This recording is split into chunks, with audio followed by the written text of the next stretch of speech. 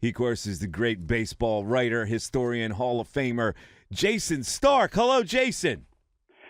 Mike, happy Hoop Day, man. Yeah, yes. Well, we're going to get your prediction for tonight. Oh, yeah. Yes, absolutely. I might even slide a general knowledge question into you today because it's General Knowledge Really? Wednesday. I think I want Jayson participating today. But let's talk some Philly. So I watched the game last night, and he's got no right-handed pinch hitter on the bench and has to send up Brad Miller in a situation against a lefty. And I'm going, can't they do better than this? Well, I mean, roster depth, roster construction has been an issue we've talked about a million times. Yes. I think he sent up Brad Miller because he thought if he sent up a right-handed hitter, it would prompt a move, Mm-hmm. and then Brad Miller would be able to handle a left-hander better. But there's just not a lot of depth Mm-hmm. on this team, man. Yeah. It shows up. This is why these injuries are so damaging, Mike. This roster's so top-heavy. It's just a problem if the stars aren't on the field or the stars aren't great or both. Like when you wind up with Ronald Torreyes hitting cleanup in a big spot last night. Yeah. Look, more power to Ronald Torreyes, but you're not winning anything if that guy's needs to get 400 at bats. And it feels like we're heading in that direction. Listen, I know it's not easy to add players, but you can't milk your farm system to help you. It seems to me that a general manager has to be a little more proactive. And I know he's a good general manager, and I know good things are going to come, and he knows what he's doing. But they're weak. Yeah, look, Dave Dombrowski's stance when he took this job was he was going to watch and wait for like 6 months before he made any big conclusions or made any big moves. I don't think you're far away from seeing him get more aggressive. I'll put it that way. Yeah. Okay. Well, we'll see what happens. Now, you mentioned the injuries, and so this is the big discussion point today because this is a 5-alarm situation here. Bryce Harper, again, nicked up, back injury. He's at the shoulder, he's at the wrist, the back. And I'm wondering, and I hope I'm way off, but I'm wondering if we've seen the best of Bryce here. And this attrition, physical attrition, because he plays so hard and torques so hard with the swing, is manifesting itself at a fairly young age. Hey, this is a big worry. I don't have to tell you that back stuff doesn't go away. Yeah. We got 11 and a half more years of this contract. And you're seeing some stuff this year that is really concerning. I mean, I could give you the numbers since he got hit by that pitch in St. Louis. They're ugly. But I think here's what's really concerning, and there's been a lot of talk about this. We have never seen this version of Bryce, and here's why. It's not like he's chasing a bunch of pitches outside the zone. He's never seen more pitches in the zone. He's never been challenged more in the strike zone than he is this year. 42% of all pitches he's seeing this year are in the zone. It was 33% last year. And why is that happening, Mike? Because the data, the video, the scouting tells these teams that you can now beat Bryce Harper in the strike zone. He's got almost a 30% swing and miss rate in the strike zone. Would you believe that is the worst in the National League? That's a really frightening development. That's alarming. And you see, and you talk to scouts all the time. You talk to guys that teach the swing and all kinds of stuff, and hitting coaches. I'll give you an example. I look at McCutcheon's swing, and I say that swing has been affected by physical attrition. Are the scouts saying that about Bryce Harper right now? Yeah, there's a lot of speculation about that. I mean, when you watch him, he gets beat on the fastball up. He gets beat on the fastball in. Is that about the back? Is that about the shoulder? You could certainly connect those dots. I can't tell you for sure. Like, they're not going to tell us. He's never going to tell us. I mean, I've asked the Phillies about this.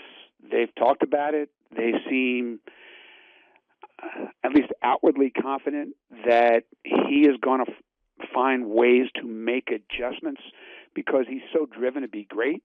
Okay, let's see him. Okay, Yeah. let's see that happen because for this team to win, for this team to be great, it has to happen. Yeah. All right. Let's get to the major issue here in baseball, and the major issue is the major league crackdown on the pitcher's sticky stuff. And really interesting the thing that Tyler Glasnows had to say that now since they're cracking on, and he didn't like the fact they're going to crack down on it in the middle of the season, and he claims that it forced him to injure his arm because he didn't have the benefit of the tacky stuff, and then he has to try to throw the ball better, where he has got to have the ball deeper in his hand, and that takes more emphasis to throw the ball to do what he wants it to do. First of all, let's address that part of it. Could that be a possibility? You can't prove it, but let me tell you a story. Yesterday afternoon, I talked to a recently retired pitcher, and he predicted this. He predicted this exact injury, not necessarily to Tyler Glasnows, but this sort of injury to somebody like him.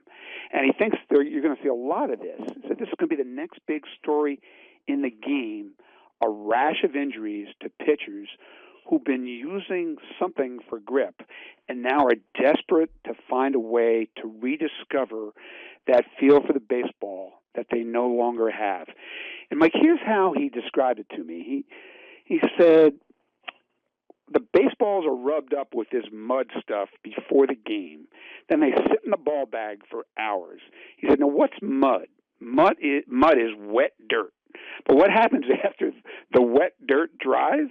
Then it's just dust-covered cue balls. And it's slick. With no grip. Yeah, right? It's absolutely slick. Yeah, so you can understand why pitchers are using something to get a better grip.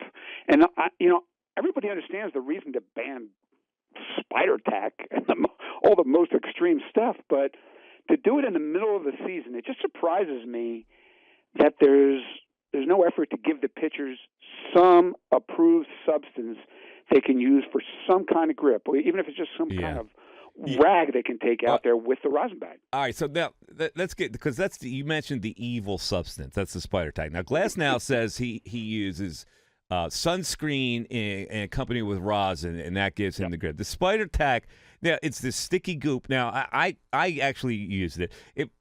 Correct me if I'm wrong. The spider tack was like a masonry product. Like it was invented to guys that move stones to get better grip because the stones slip out of your hands, and that's why the guy invented it, right? That's right. There was a great story in The Athletic just last week where Stephen Nesbitt talked to the inventor of spider tack. He had no idea that it was being used in baseball. I mean, he described how they use it for like the usage that you just described. Then it became a big thing in the gym for power lifters who just needed a grip on these massive amounts of weight that they're pumping. But it was never intended for a grip on a baseball. Like we did a piece a month or so ago where we had a retired pitcher. He threw a pitch, and they gave him spider tack, and he threw the same pitch, and the RPM, the spin rate, went up 300 RPMs just because he applied this stuff. Yeah, and for people know, it gives you a better grip. It enables you to put spin on the ball because you can torque it more with your hand. If it's but like the spider tack seems to be the stuff they're all talking about. Like could they get to a point where you go, okay, you can't use spider tack, but you can use rosin and sunscreen. You can use pine tar, but you can't use this. You know. In the release yesterday, Michael Hill was quoted. He's now in charge of this part of the operation, saying that baseball is going to monitor what happened, and depending on what they found, and that includes pitcher health, player health, they could make adjustments to this policy. I can't believe that there wasn't some sort of effort made, as I said, to give the pitchers something they can use for grip, but doesn't produce these extreme spin rates, and they are extreme. Wow. All right. Well, we'll see what happens with this thing. I find it really interesting that the spin rate has been being bitched about, and the great hitters in the game don't seem to have a problem with it. You know? Oh, I don't know if that is true. Really? Well, what about the Guerreros of the world and the Tatises of the world? Like guys with special hand-eye, Vlad, Acuna, guys like that. Uh-huh. I mean, great hitters have always been able to do their thing, always. But if you look at the stats of hitters across the board, it's just ridiculous. And you can't convince me it's not because we're seeing pitches that have never moved as much as they move now with this kind of velocity. And the best hitters in the world just can't even anticipate movement anymore, right? And that's leading to what we're seeing. All right. Jayson, this is good stuff. And on your way out, it's General Knowledge Wednesday, so I'm going to give you a general knowledge question, but it's one you should slay because it's NBA most career slam dunks is the category I'm going to give you. Are you ready for this? Okay. All right. Now here we go. I'm going to lead you down the path here. So the all-time leader in dunks is Dwight Howard. Shaq is second, DeAndre Jordan is third, and LeBron James is fourth. Wow. The fifth guy has over 1,700 dunks. He was a 7-1 center who played for many teams, including the Hornets and Pelicans. He played from 2001 to 2020, and he came directly out of high school. Who is it? Wow.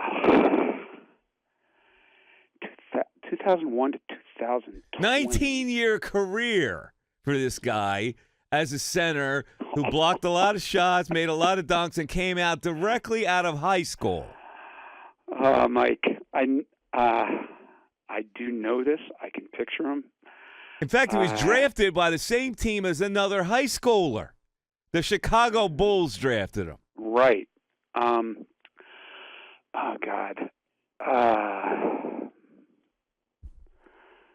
I'm gonna whiff on this. Oh, it's a tough question. Listen, it's tough, and I knew you were a basketball guy. That's the reason I asked you. It is Tyson Chandler. Right. Oh well. All right. Well, who do you like tonight in game? Your spin rate is just a little extreme today. All right, game 5. Who you like tonight? Sixers a 7-point favorite, Jayson. Yeah, I'm not worried about the Sixers tonight or the Sixers in the series. I'm just worried about the big guy. Yeah. Well, let's see what happens. All right, Jayson, always a pleasure, man. Thank you. Mike, great talking to you, man. There's Thanks. Jayson Stark, and he's brought to us by Everfresh Juices and Juice Drinks.